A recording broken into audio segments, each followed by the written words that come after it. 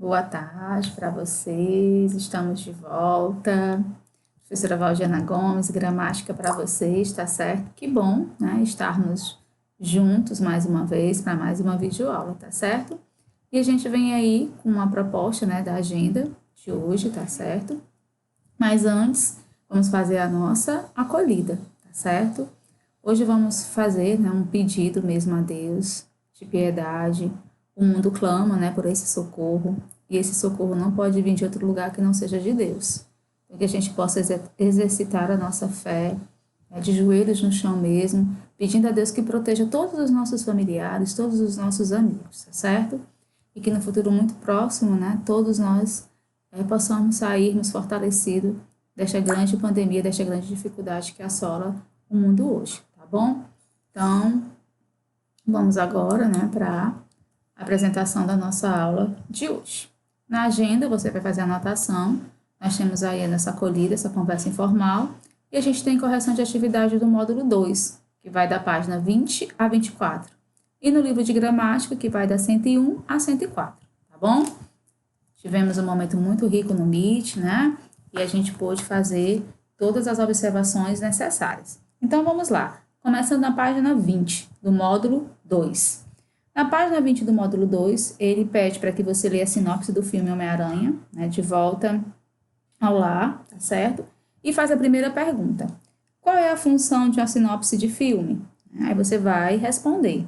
Apresentar ao leitor informações sobre o filme, levando-o a se interessar pela história, a fim de assistir ao filme, a fim de incentivar a assistir e a conhecer a história, o enredo daquele filme, tá certo? O B. O que chamou sua atenção nessa sinopse, né? Aí é de cada um, tá certo? Mas o que é que vocês podem chegar à conclusão, né? Os personagens da história, da trilha sonora. Então, vocês podem fazer pequenas observações, contribuições de análise do filme. Os substantivos podem ser do gênero masculino e feminino, certo? Qual é o gênero dos substantivos destacados na sinopse? Olha aí, ó.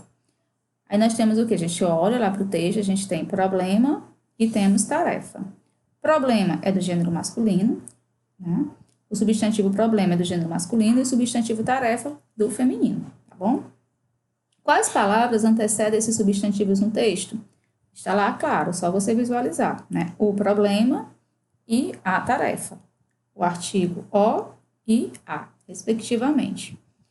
Releia outros substantivos empregados na sinopse. Aí nós temos aí Vingadores, cidade, Peter, missão, crimes, casa, vilão, hora. Quais desses substantivos são masculinos e quais são femininos? Foi fácil, foi difícil fazer essa questão, mas ela é fácil, ela é bem simples, né? Ó. Aí você vai enumerar. Vamos começar pelos masculinos. Aí você anota todos os masculinos e depois você anota todos os femininos.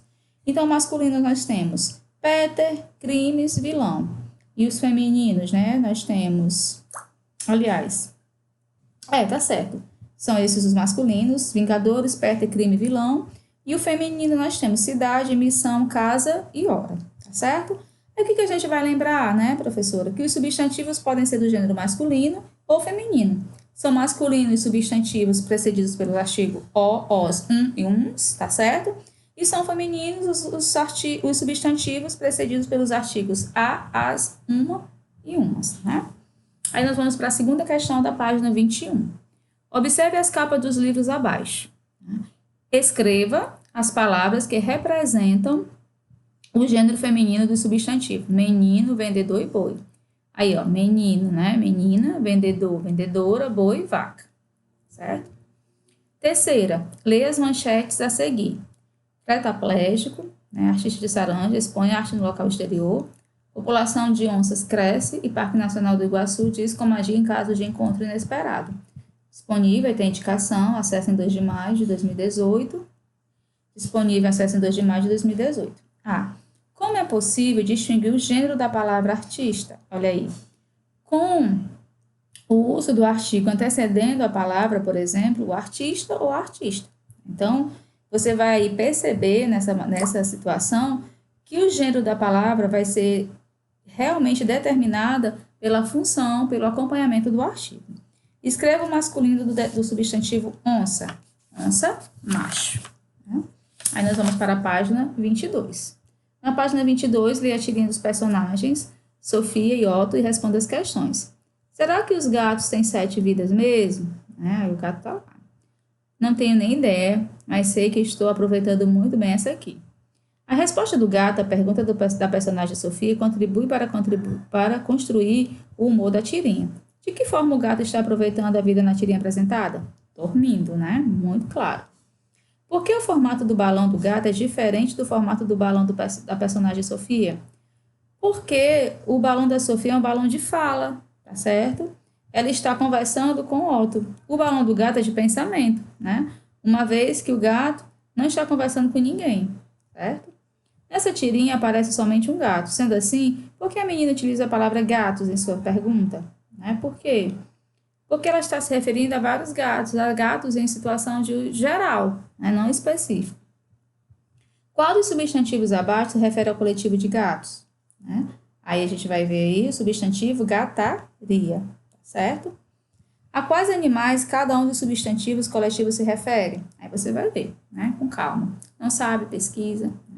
Matilha, conjunto de cães. Nuvem, conjunto de gafanhotos. Cadurme, conjunto de peixes. Enxame, conjunto de abelhas, certo? Aí nós vamos aí para a página 23. Agora você vai estudar os graus do substantivo. Aí ele diz, filho de peixe, peixinho é, origem popular. Mamãezinha, neste dia, vamos todos abraçá-la, desejando-lhe saúde, muita paz e alegria, também de origem popular.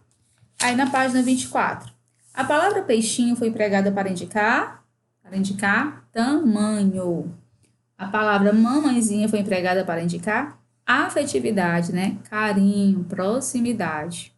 Leia as frases a seguir e assinale o que as palavras em destaque expressam. Item A.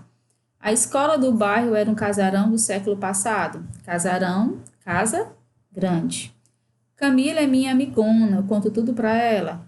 Muito amiga, muito próxima, Então, os substantivos eles podem ser empregados com 2 graus, tá certo? De significação, o diminutivo e o aumentativo, como nós estamos vendo agora na atividade. Peixinho, peixão, Leia as frases a seguir, aí embaixo na página 24. E escreva com que sentido as palavras em destaque foram empregadas em cada uma delas. Você sabe quanto custa o grama do ouro? Unidade de massa correspondente à milésima parte do quilograma. De novo, unidade de massa correspondente à milésima parte do quilograma, tá bom? Anota aí, bem organizado, capricha na letra, não esquece do ponto final. Preciso contratar um jardineiro para cortar a grama lá de casa. Erva rasteira que cobre o solo de jardins, parques, etc. Qual é o gênero e o número da palavra grama em cada uma das frases acima? Na frase A palavra grama está no masculino e singular. Na frase B, está no feminino e singular. Vamos aí. Leia as frases abaixo, atentando-se às palavras em destaque. Ana é uma gracinha de menina. Essa talzinha pensa que pode falar assim comigo. Ela vai ver só.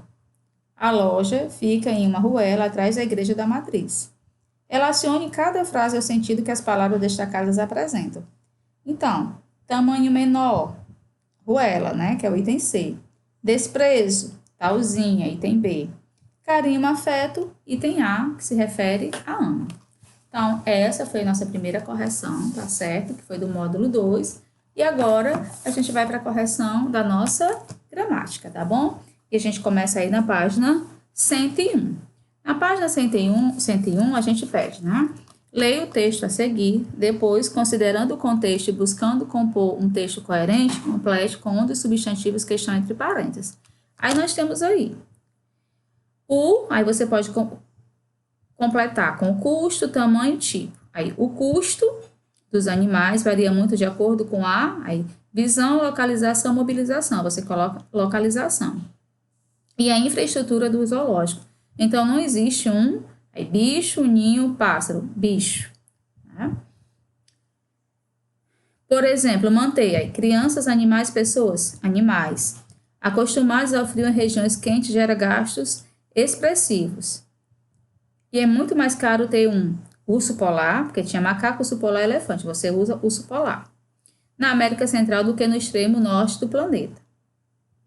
A alimentação, que você poderia escolher alimentação, higiene e água, é outro fator que pesa nos gastos de um zoológico, porque não depende apenas da quantidade que o animal consome, mas da dificuldade de acesso à sua comida, e vida, saúde e comida.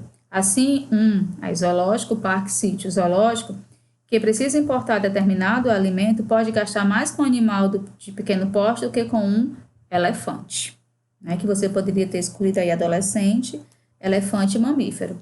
Além desses gastos, há ainda os esforços para a preservação de espécies que demandam altos, aí tem salários e investimentos postos, no caso, investimentos. Em pesquisa genética, algo indispensável para grandes zoológicos. Mundo Estranho, julho de 2015. Agora, só para você acompanhar o texto e exercitar a leitura com você, você vai lendo comigo como ficou a versão final, né? Que nós tínhamos escolhas. Possa ser que você não tenha se atentado a alguma palavra e a gente vai esclarecer agora, tá bom? Então, vamos lá com bastante calma. O custo varia muito de acordo com a localização, certo? E a infraestrutura do zoológico. Então, não existe um bicho mais caro. Por exemplo, manter animais acostumados ao frio em regiões quentes gera gastos expressivos. É muito mais caro ter um urso polar na América Central do que no extremo norte do planeta. A alimentação é outro fator que pesa nos gastos de um zoológico, porque não depende apenas da quantidade que o animal consome, mas da dificuldade de acesso à sua comida. Assim, um zoológico, que precisa importar determinado alimento, pode gastar mais com um animal de pequeno porte do que com um elefante. Além desses gastos, há ainda os esforços para a preservação de espécies que demandam altos investimentos.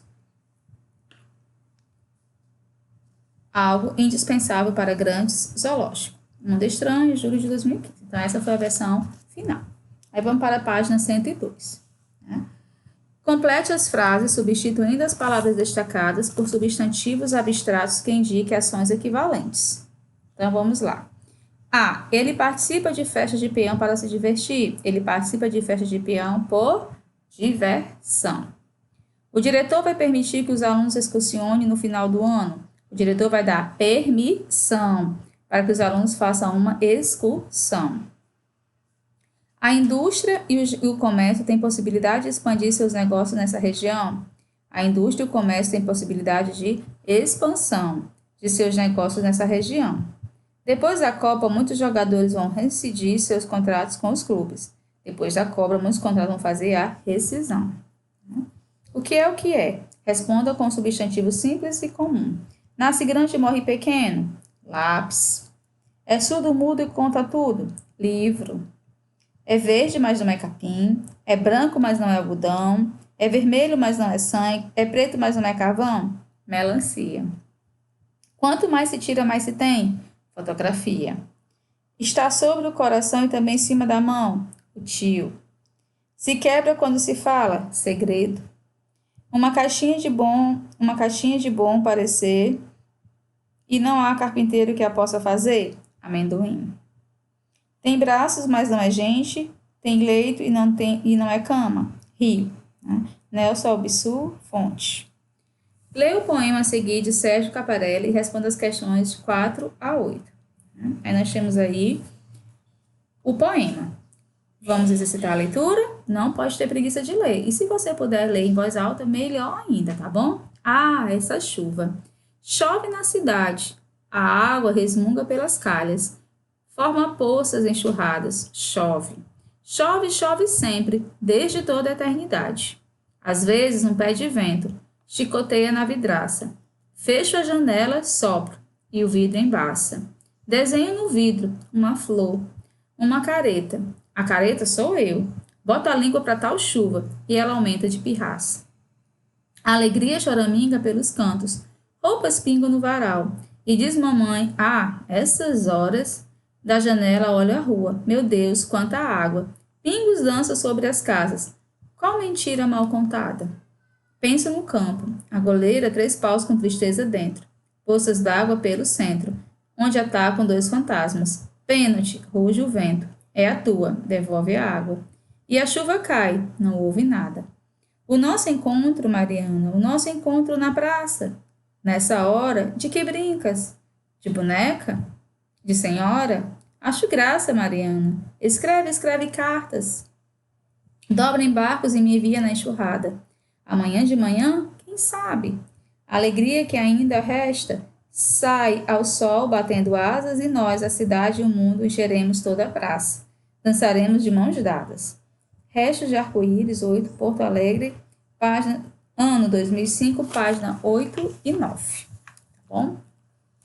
O eu lírico exprime seus pensamentos e emoções diante de um dia chuvoso.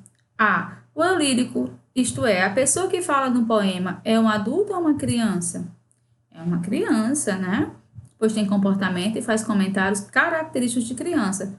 Como, por exemplo, mostra a língua para a chuva, pensa no campo de futebol, refere-se à mãe, imagina-se a menina de quem gosta, no momento da chuva, brinca de boneca. Né? Então tudo isso são indícios de que é uma criança.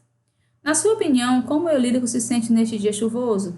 Ele se sente triste, né, entediado, porque fica mais limitado para fazer as coisas que gosta, de brincar, de correr, né, de sair, quem pode. Né?